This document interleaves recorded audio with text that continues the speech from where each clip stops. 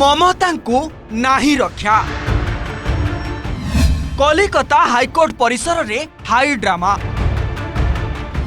निर्वाचन रे रोषर शिकार होइतिले। ममतांक टीएमसी सरकार जनता भांगिथिले। भवानीपुरु मध्य ममता होइथिले परास्त। आउ एबे कोलकाता हाईकोर्ट परिसर रे तांकु प्रबल विरोध होइछि। ममतांकु चोर चोर कही असंतोष झाड़िछंती वकील और साधारण लोके। सकाळु सकाळु हाईकोर्ट परिसर रे ममतांक एक नुआ अंदाज देखिबाकू मिलिथिला।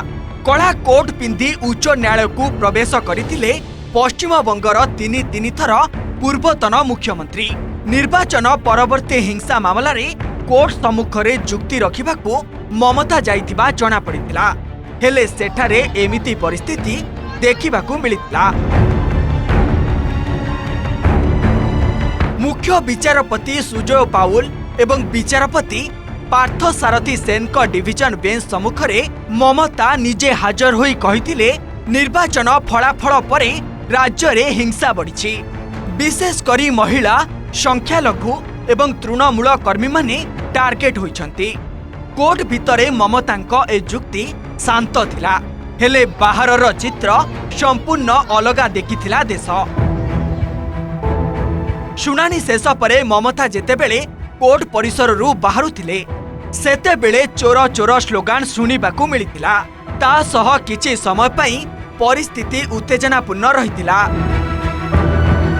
घटना को नहीं तृणमूल नेता एवं वकील कल्याण बानर्जी अभियोग करिसेंती किछि वकील एवं विरोधी शक्ति मिसी ममतांकू हैरान करिबाकू चेष्टा करिसेंती। सेपटे ममता बानर्जी को आईनजीपी वैधता नहीं प्रश्न उठिलानी। बेंगल बार काउंसिलर को बीसीआई चिठी लिखिछि। केबे ममतांकू लाइसेंस दिया जाइथिला से ने 2 दिन रे जणाइबाकू बीसीआई कहिछि।